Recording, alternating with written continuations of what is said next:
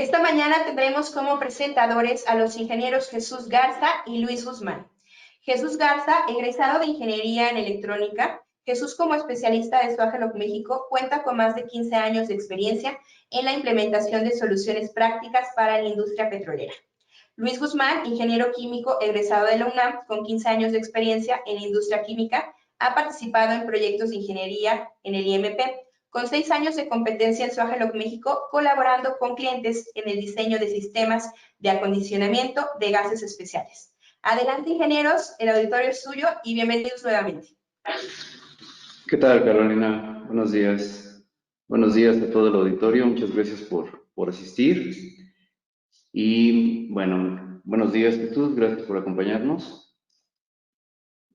Hola, buenos días, Luis. Vamos a iniciar. El tema que nos atañe el día de hoy es la prevención de la corrosión en instalaciones petroleras.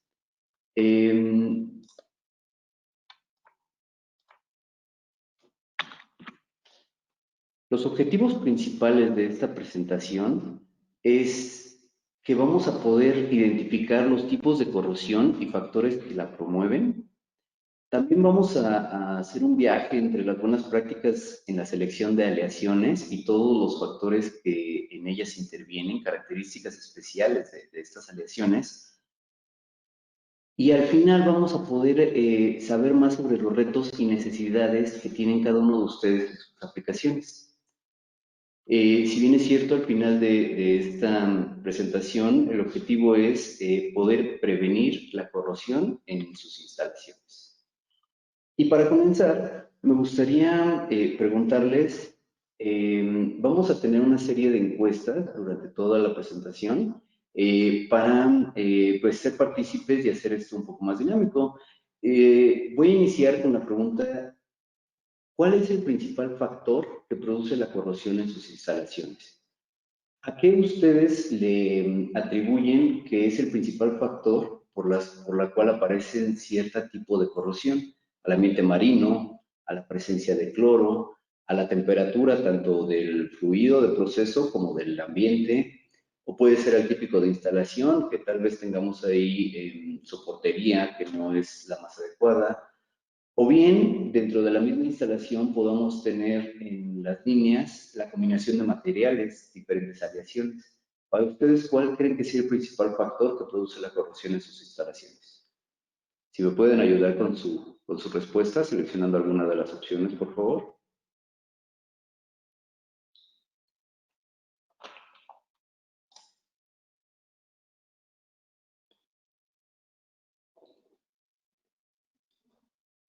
Bien, no sé qué respuesta tenemos, si me pueden ayudar, por favor. Ok, el 68% de ustedes considera que el principal factor es el ambiente marino. Algunos de ustedes también consideran que la temperatura puede ser importante, así como la combinación de materiales y aleaciones. Bueno, pues estas serán algunas de las preguntas que vamos a estar intentando resolverles para atender a cada tema en particular.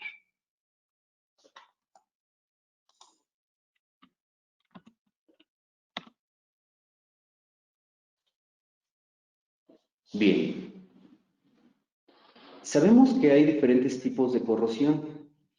Y como una guía rápida y simplemente para identificar cada una de ellas, podremos apreciar en esta imagen un tipo, por ejemplo, de corrosión general que se presenta uniformemente en todo el área del componente. Esto particularmente se da pues, en acero al carbón. Lo que vamos a intentar explicar es la forma en cómo podríamos ayudarles con una buena selección de materiales. Y tanto en la general como en corrosión por picadura, también sabemos que hay cierto tipo de corrosión, así como en la intersticial. Ese es un tipo muy común de picadura que existe, perdón, de corrosión que existe. En cuanto al medio ambiente, podemos tener corrosión por presencia de cloruros o por presencia de sulfatos, compuestos clorados o azufrados, y podríamos tener también, por ejemplo, una corrosión por hidrógeno.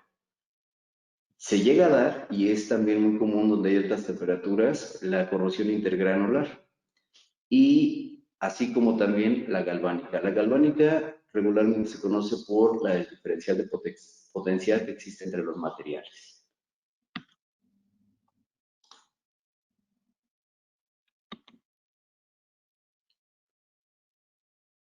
Ahora, ¿cómo nos afecta la corrosión en una instalación?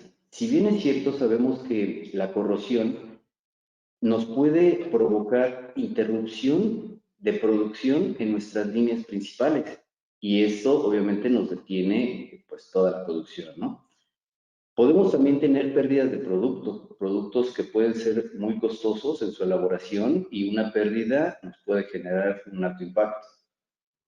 Podemos tener también una contaminación del mismo producto si hubiera alguna inclusión de algún otro componente y pues nos contamina el producto. Ya un poco más grave, pues una contaminación ambiental. Sabemos que hoy en día las contaminaciones ambientales están penadas. Entonces, una fuga hacia el exterior de un producto nos puede provocar una contaminación ambiental fuerte. Ya un poco más grave, pues la integridad de los activos es una causa que nos pudiera provocar la corrosión. Y ya ahí, pues estaríamos hablando ya de algo más serio. Así como también de la seguridad del personal, que ya eso ya es un tema bastante riesgoso. Entonces, cualquiera de todos estos formas nos puede afectar la corrosión en una instalación. Ahora bien, muchas veces hablamos de, no, bueno, es que yo tengo instalado acero inoxidable y el inoxidable, pues es eso, inoxidable. Pero en realidad, ¿qué es un acero inoxidable? Bueno, los aceros inoxidables tienen la particularidad de tener un contenido de níquel y cromo que hacen un acero más resistente a la corrosión. Por eso es que se les llaman aceros inoxidables. Ahora bien, si vemos en la primera imagen, tenemos lo que es el metal y en el exterior tenemos una capa pasiva. Esta capa pasiva nos ayuda a que el oxígeno del ambiente no nos empiece a corroer el metal. Bien, si este material se llegase a rasguñar, a dañar por la aplicación de un ejercicio mecánico, queda expuesto el metal, queda dañado mecánicamente. Sin embargo, al tener contenido de cromo, este cromo vuelve a oxidarse con el ambiente y se vuelve a regenerar esta capa pasiva. Y esta capa pasiva evita que se genere una corrosión general, como veíamos al principio, en toda la superficie. Entonces, algo que nos ayuda en los aceros inoxidables es la composición, obviamente en cuanto a su adhesión, pero la cantidad de cromo y de níquel es importante. Ahora, el acero inoxidable, como ya decíamos, no es inmune a la corrosión y por lo tanto hay ciertos factores que o nos ayudan o nos perjudican para que la corrosión tenga una velocidad más lenta o más rápida. Bien, uno de los factores es el contenido mínimo al estándar de la ASTM de cromo y níquel. Como ya veíamos, si reducimos la cantidad de cromo o de níquel en el metal, pues nos arriesgamos a que esa capa pasiva no se vuelva a generar, no se regenere. El contenido de carbón es importante, ya que al tener mayor contenido de carbón, estamos propiciando la formación de carburos de cromo. Y estos carburos de cromo son como un catalizador que acelera la corrosión. Entonces, es bien importante que tenga un menor contenido de carbono.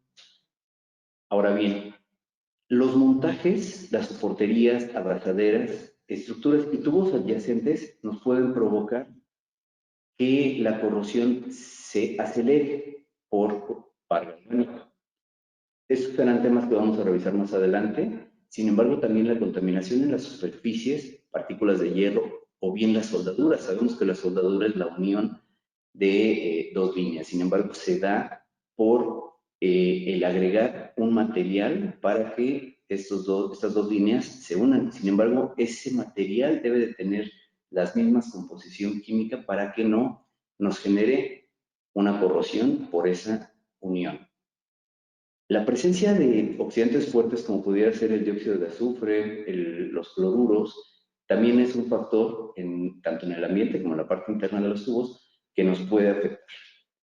Y como ya veíamos al principio, el ambiente marino. Y como decíamos, los factores de riesgo pueden ser tanto en la parte exterior como en la parte interna del tubo. Casi siempre vemos nosotros la corrosión en la parte exterior del tubo, pero ¿qué pasa adentro? Realmente pocas veces tenemos oportunidad de ver lo que sucede en la parte interna del tubo. Bien, ahora, en la parte interna podemos tener corrosión causada por el fluido, como pudieran ser gases amargos, que tengan compuestos sulfurosos, o pudiera ser por compuestos clorados. Ahora, tenemos factores externos, que en este caso vendría siendo la corrosión intersticial y la corrosión por picadura. En los ejemplos en los que vemos la corrosión intersticial exactamente en la unión del tubo con su soporte.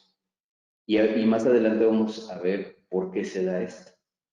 Tenemos también corrosión general, corrosión galvánica, con presencia de cloro, o llegamos a tener a veces hasta corrosión microbiológica.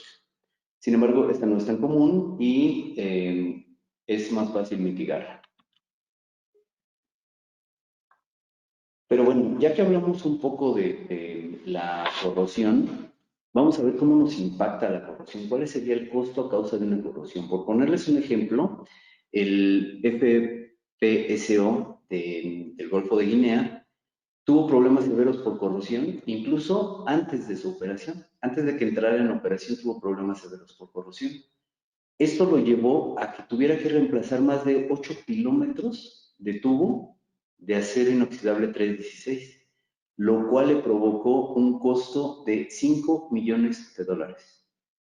Y esto todavía fue previo a entrar en operación. Entonces, ¿qué sacamos de aquí? Que es bien importante hacer una buena selección de las líneas para podernos evitar todos estos costos a futuro. Bien, hablábamos de que existe un tipo de corrosión que se denomina por picadura.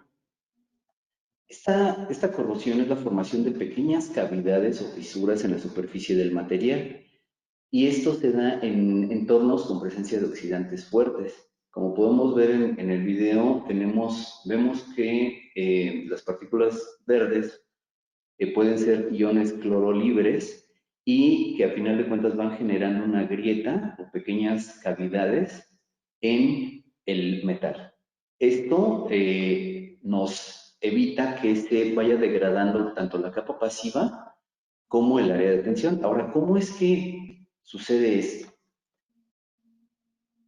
Esto es un ataque, como bien sabemos, es un ataque electroquímico. Y al ser un ataque electroquímico, nosotros en el metal tenemos un ánodo y un cátodo. El ánodo siempre va a ser la parte donde ya se encuentra la pequeña cavidad, la que se derivó por un rasguño, por la soportería, por la vibración. Y este ánodo nos va a ceder un electrón hacia el cátodo. El cátodo, que va a estar en contacto directo con el ambiente, el ambiente, perdón, nos genera un tipo de disolución acuosa, que es donde encontramos aire, agua, oxígeno, iones que pudieran estar libres. Estos iones son los que empiezan a atacar el metal y empiezan a formar las cavidades, por eso es por picadura.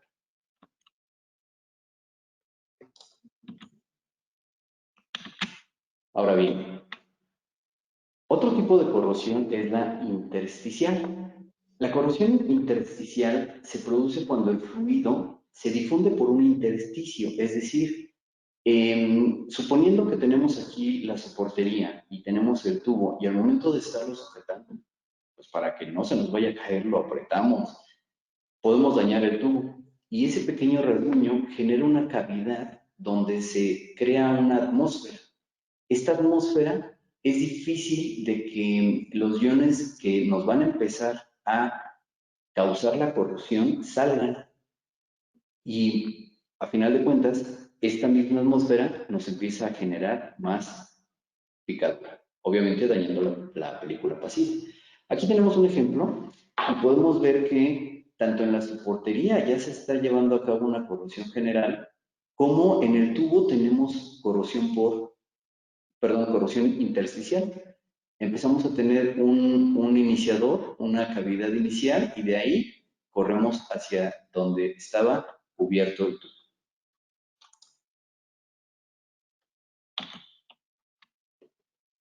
Ahora bien, otro tipo de corrosión es la corrosión galvánica. Esta regularmente se da por el contacto entre dos metales. Este contacto nos produce un diferencial de potencia y entonces lo que sucede es esto. Como podemos ver en la imagen, la capa pasiva del material comienza a descomponerse y ese diferencial de potencial es el que nos empieza a generar esta oxidación. Vamos a ver un ejemplo para que sea un poco más claro.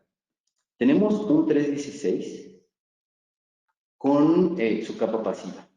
Esta referencia que tenemos es el voltaje contra un electrodo de referencia. Esos son valores de catálogo. Ahora bien, si nosotros tuviéramos un tubo, por poner un ejemplo, 316 y una unión 6-moly, tenemos un diferencial de potencial de 0.5. Este potencial es menor a 0.2, lo cual nos dice que tanto el mecanismo de reacción como la velocidad de reacción van a ser bajas, van a ser lentas, y esto va a favorecer a que no se nos forme una corrosión en ese punto. Pero, ¿qué sucede si nosotros tenemos un tubo 316, una ranurería 316 y lo soportamos sobre una lámina de aluminio? El aluminio, como vemos, tiene un voltaje de menos 0.25 volts. Y ese diferencial de potencial nos da 0.9. Este 0.9 ya es mayor a 0.2 volts, lo cual nos provoca esta corrosión que podemos comenzar a ver. Y esta corrosión tanto se va a ver afectada la soportería como la misma unión, el mismo reactor.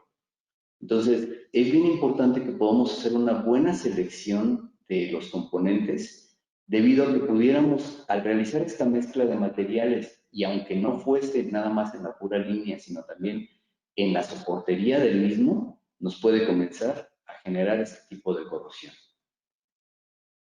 ¿Ok? Entonces, sabemos que la corrosión en realidad no se puede evitar.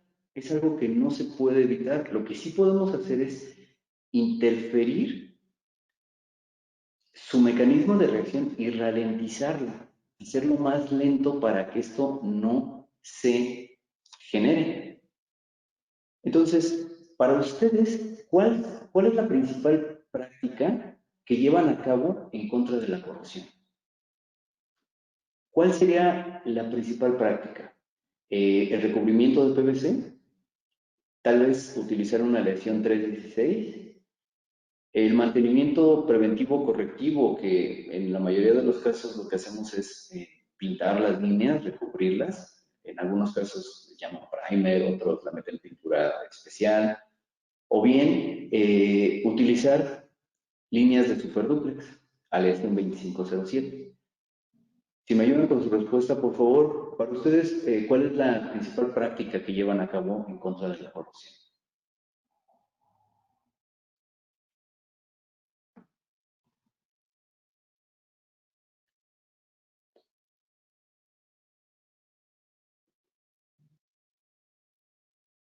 Bien, me parece que ya tenemos el sondeo. Bien, la mayoría de ustedes, el 50%, dice que la principal práctica que llevan a cabo es el mantenimiento preventivo y correctivo. Seguido de ello tenemos al 27% con un recubrimiento de PVC y una aleación de 316. Sin embargo, pocos de ustedes utilizarían superduplex, que es una aleación 2507.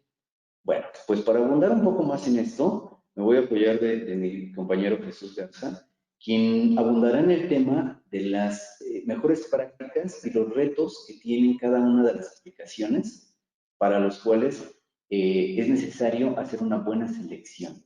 Jesús, por favor, ¿nos ayudas? Claro, muy bien. Nuevamente, buenos días. Muchas gracias por su asistencia. Bien, como ya ha mencionado mi compañero Luis, referente a el tema de cómo combatir o cómo atrasar el avance de la corrosión, pues como de primera mano nos viene a la mente el uso de un acero inoxidable 316. Ya sabemos acerca de las variantes de composición, pero veamos un dato. En la imagen podemos ver, en la imagen izquierda, podemos apreciar el contenido de cromo que tiene un acero inoxidable que debe tener de acuerdo a la normativa ASTM. Como podemos ver, debe estar de entre 16 al 18% de contenido de cromo. Si nosotros usáramos una fórmula para poder darle un valor al factor de resistencia de picadura, que es el PREN, que es el Pitting Resistance Equivalent Number, como podemos ver en la fórmula, determinamos que el porcentaje de cromo más 3.3 veces el contenido de molibdeno más 16 veces el contenido de nitrógeno nos da ese resultado. Si tomáramos el valor de un acero inoxidable 304, sabemos que su contenido en cromo es 17.5, no tiene contenido de molibdeno y 0.11 de nitrógeno. Esto nos da como valor un 19.26%. En contraparte, con un acero inoxidable 316 con un contenido mínimo de 16%, y como ya es un 316, tiene contenido de molibdeno. Al final obtenemos un resultado de 23.08 como PREN o factor de resistencia a la picadura. Como dato, nuestro estándar en la fabricación y contenido de nuestro acero inoxidable, de los componentes OAGELOC, el mínimo que manejamos es 17.5, es decir, excede el mínimo del estándar, cayendo esto como dentro del parámetro de ASTM. ¿Qué significa esto?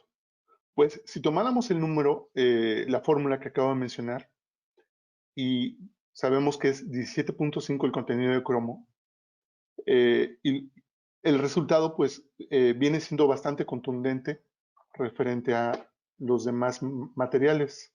Es decir, el factor de resistencia viene siendo 24.58 contra el 19 y el 23 de los demás materiales. Ahora bien, no solo eso es un dato de diferencia, sino también el contenido de níquel que le da una estabilidad a la estructura austenítica del acero inoxidable. No solo eso también, sino que también la resistencia a la fractura por hidrógeno. El contenido de níquel, de acuerdo a la normativa, debe ser de entre 10 al 14%.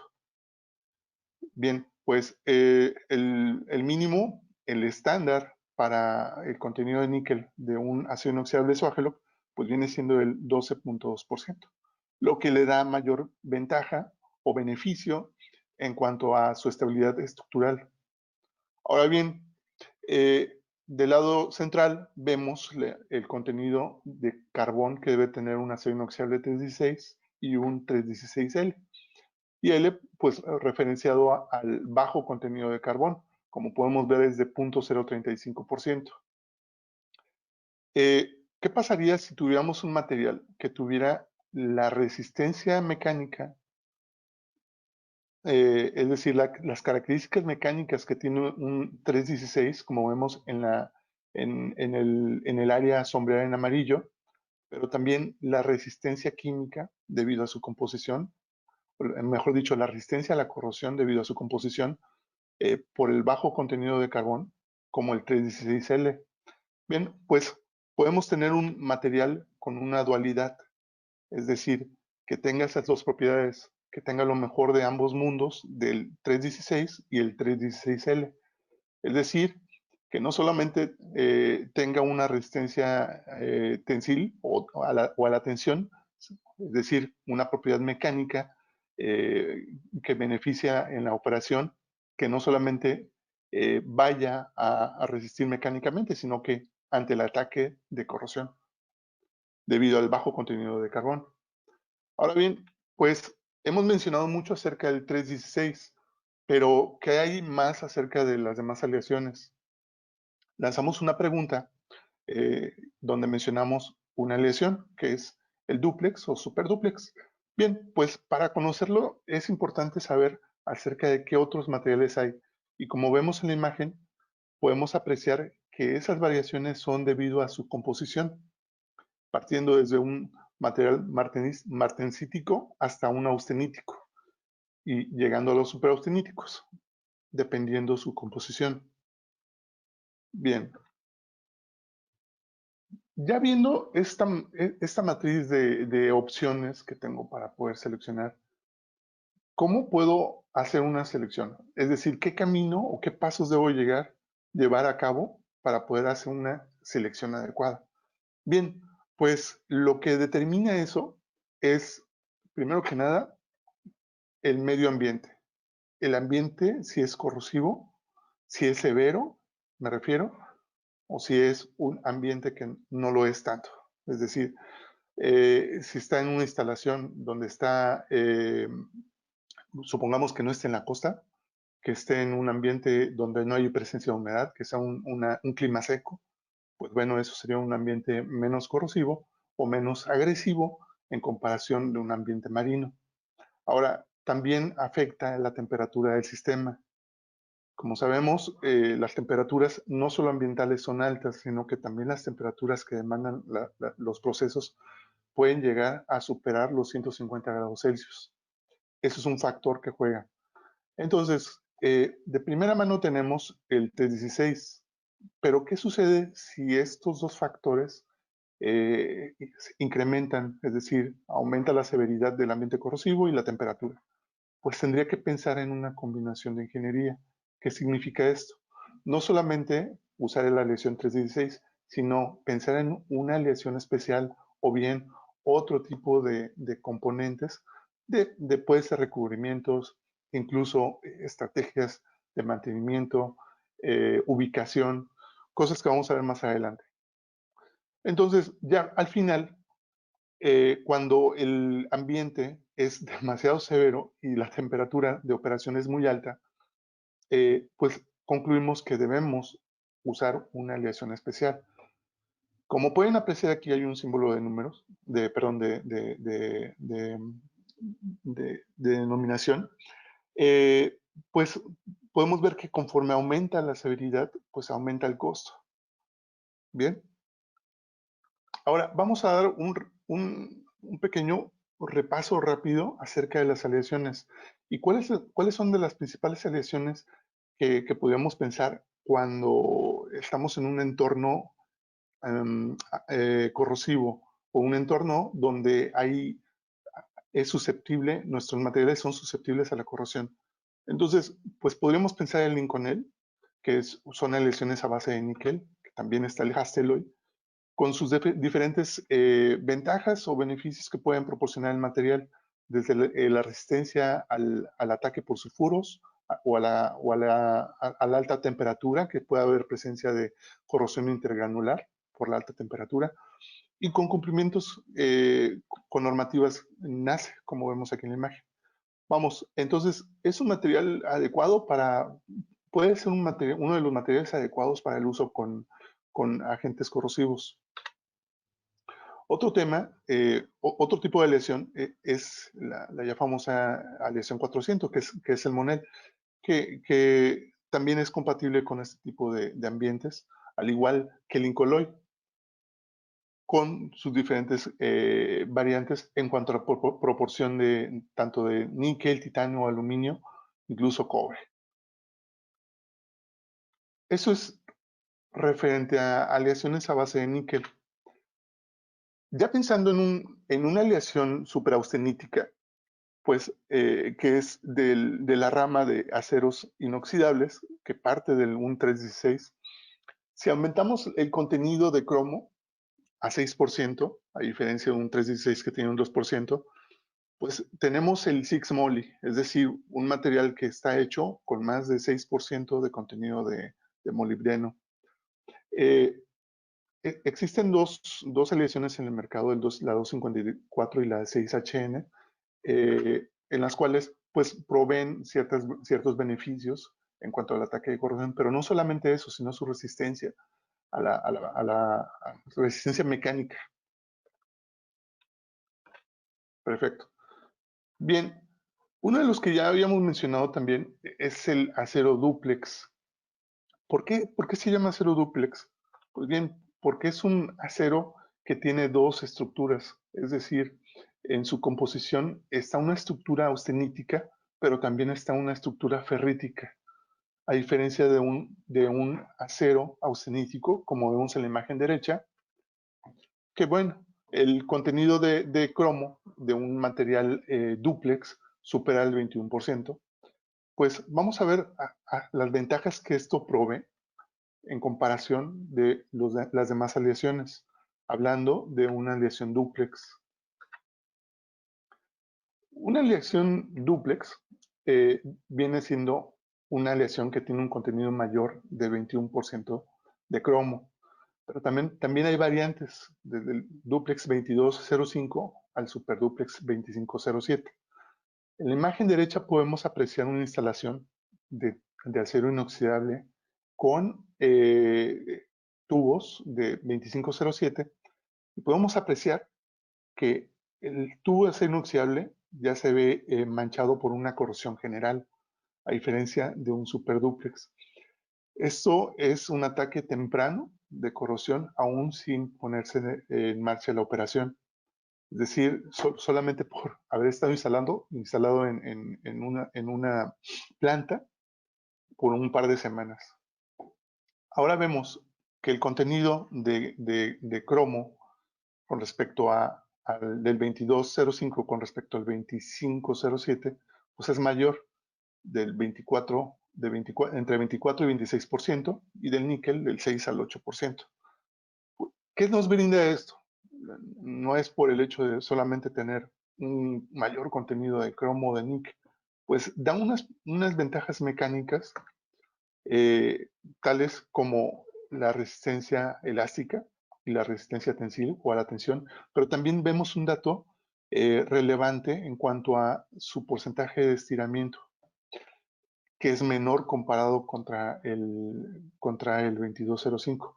Ahora, ¿qué diferencia hay entre el 2205? Como dato curioso tenemos que un 2205 lleva su nombre porque tiene un promedio de 22% de cromo contra un 5% de níquel, al igual que el 2505 tiene un promedio de 25 de cromo y un 7% de níquel. Ok, bien, pues esto nos da un panorama en cuanto a la selección de al menos de los aceros dúplex y superdúplex. Pero veamos acerca de un comparativo de su resistencia mecánica contra otros materiales.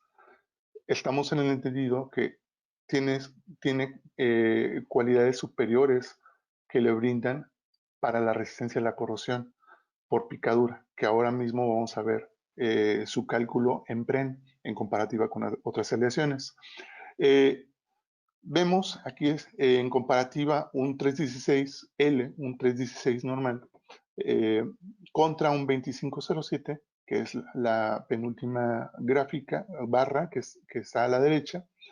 Si se dan cuenta, es 4 veces mayor su resistencia elástica, como la gráfica, la barra verde, y la barra morada viene siendo la resistencia tensil.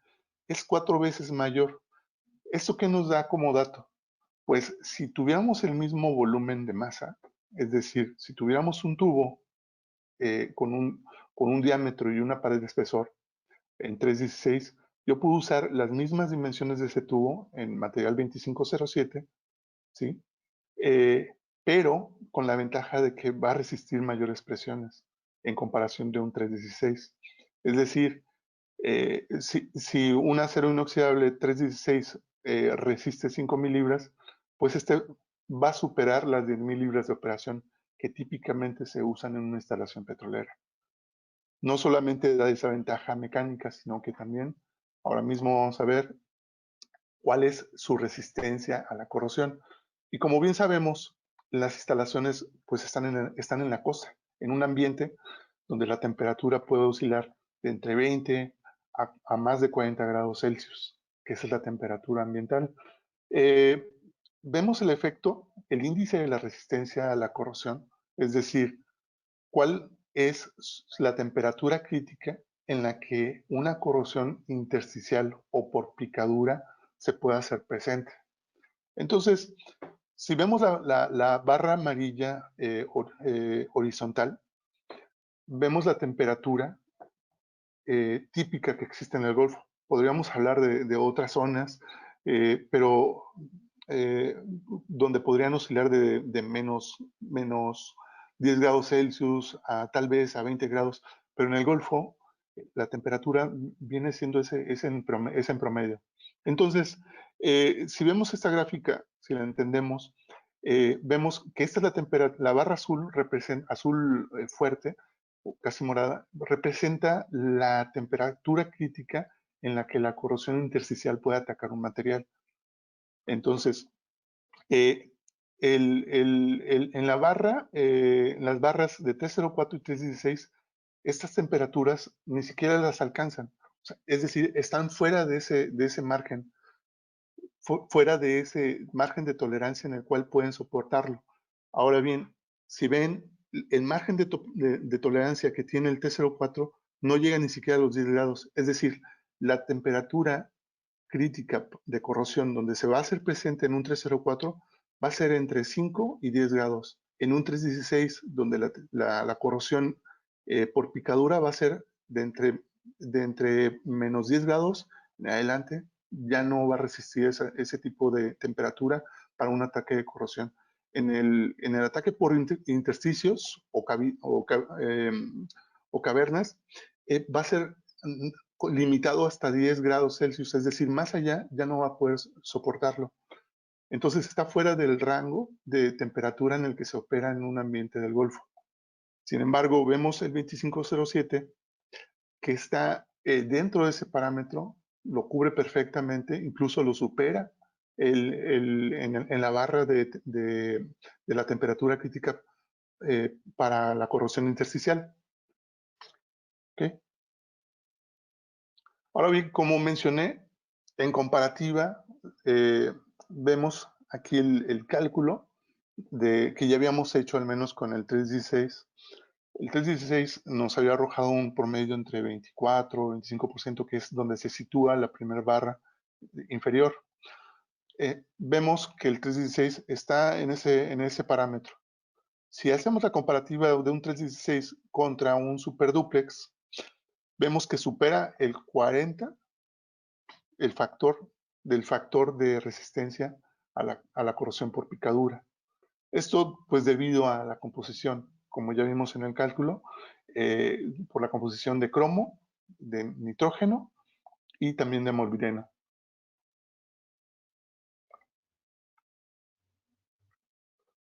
Bien, como habíamos mencionado acerca también de la combinación de ingeniería, ¿a qué nos referíamos con esto? Pues también pues el uso de recubrimientos. El uso de un recubrimiento puede ser de PVC o de termoplástico poliuretano, pues para proteger la superficie del material. Una de las ventajas que proporciona el termoplástico poliuretano contra el PVC, pues podemos ver claramente aquí la resistencia por la abrasión, que es una de ellas. Obviamente estamos en la costa, donde en el transcurso del día hay mayor presencia solar, entonces hay presencia de rayos UV. Entonces, el comportamiento de un TPU o termoplástico poliuretano, pues es mayor en comparación de un PVC, como podemos ver en esta gráfica. Y pues hay otros factores que ayudan a ello, tanto como el daño por la vibración o salpicaduras en caso de tener una instalación cerca de alguna bomba que pudiera haber una fuga o una salpicadura o una inyección de químicos, en fin. Bien, para finalizar, lanzaría esta pregunta. ¿Es posible prevenir la corrosión? Pues no. La respuesta sería no es posible prevenir la corrosión. Como mencionamos hace un momento, es posible retardar el efecto de la corrosión. Todos los materiales al final van a ceder con el paso del tiempo. Van a ceder con los agentes químicos, el medio ambiente, incluso las condiciones de operación que pudieran superar las temperaturas límite del material. Entonces, una práctica no solo para evitarlo, es más bien enfocado a retardar el efecto de la corrosión. Entonces, primero que nada, tenemos que identificar el tipo de corrosión que afecta en instalación, que pudiera afectar. ¿Cuáles son los factores, condiciones climáticas, temperatura de operación, las mismas presiones de operación? La selección de componentes en la periferia de la instalación, me refiero también a la soportería, válvulas, uniones, conexiones, en fin.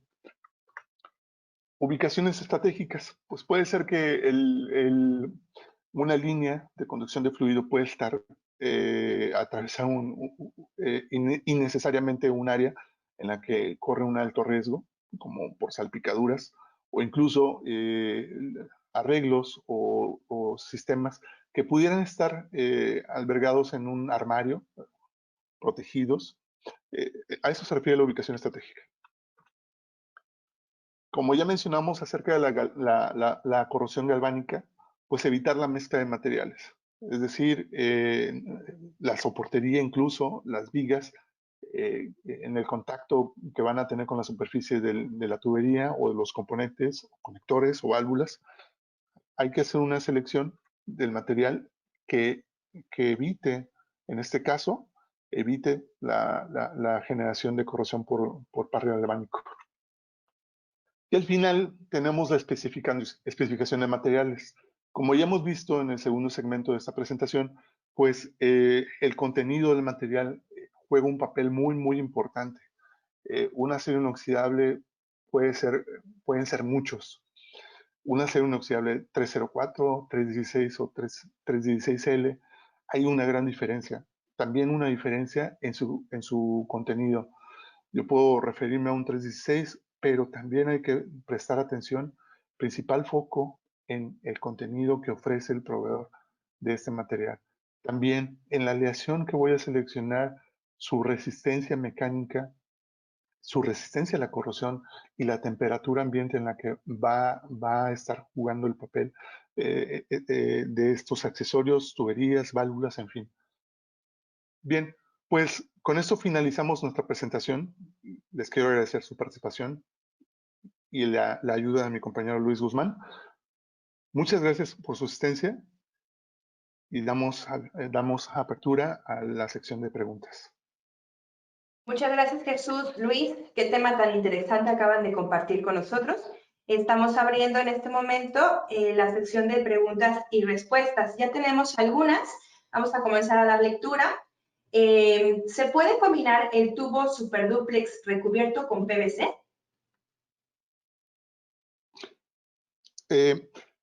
No es tan necesario, dado las características de un superduplex, de la resistencia por picadura, la resistencia de corrosión por intersticios.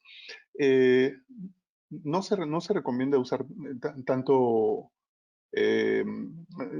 alcance o sobredimensionarlo con recubrimiento de PVC. Perfecto, Jesús. Aquí tenemos otra. ¿Las características del dúplex y superdúplex son comparables al Hastelloy para servicios amargos y ambientes corrosivos? Sí, vemos aquí, voy a regresarme un poco a nuestra presentación.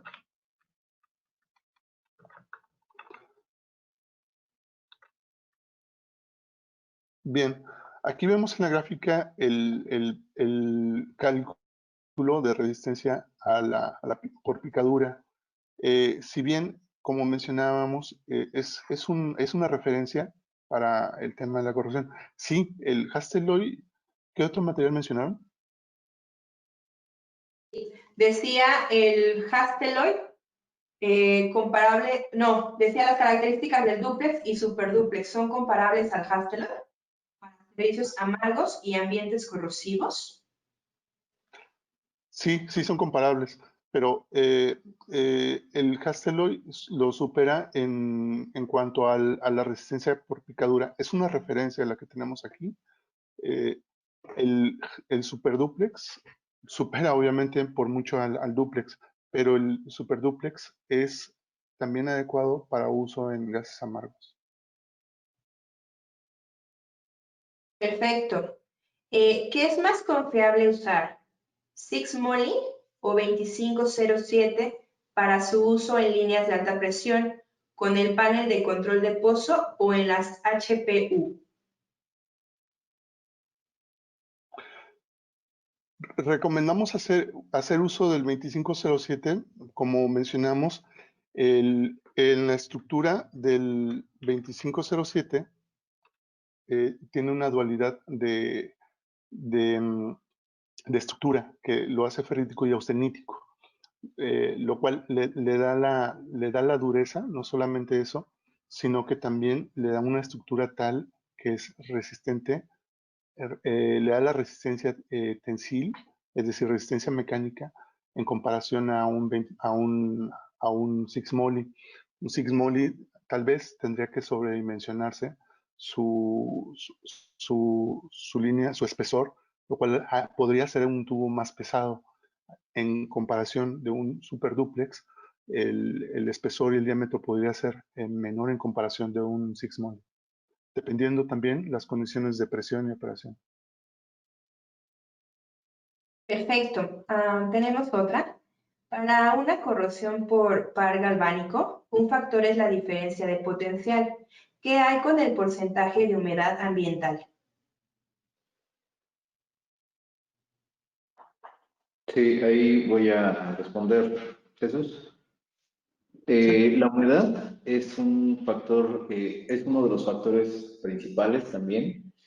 Como veíamos al principio, eh, nosotros requerimos un medio para que, aunque el par galvánico o la diferencial de potencial sea por contacto directo de los metales, el medio es donde están los iones que van a atacar químicamente a los metales. Entonces, a mayor humedad, es más probable que haya mayor cantidad de iones y, a su vez, acelere la velocidad de corrosión. Perfecto, Luis, muchas gracias. En términos de costo-beneficio, ¿es recomendable una aleación de 316 recubierta de TPU o Superduplex 2507?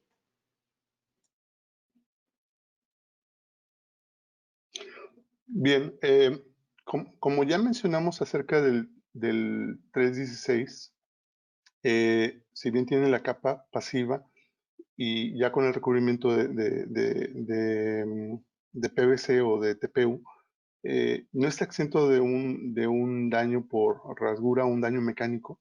En comparación, si se daña mecánicamente el TPU o el PVC, ahí puede filtrarse humedad y ya lo hace sensible a la corrosión, la corrosión por intersticios. A diferencia de un superdúplex, tiene mayor ventajas. En cuestión de costo-beneficio, recomendamos el uso del 2507.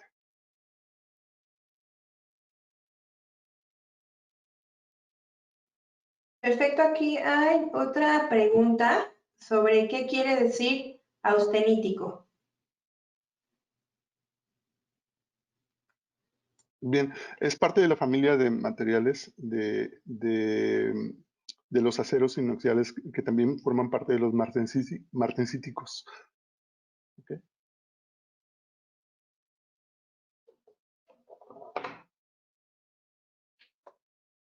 Bueno, demos un minutito más para ver si alguien quiere hacer alguna otra pregunta.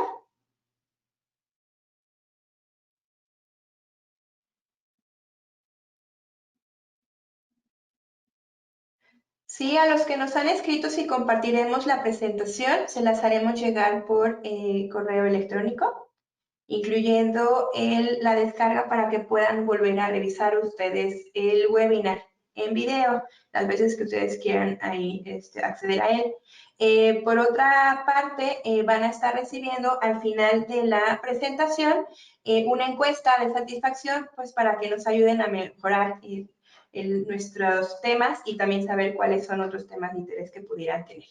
Bueno, pues hemos visto que ya no han colocado ninguna otra pregunta y les damos otra vez las gracias por haberse unido a este webinar sobre el tema de la prevención de la corrosión en instalaciones petroleras. Que tengan un excelente fin de semana. Muchas gracias. Gracias, hasta luego. Hasta luego, gracias.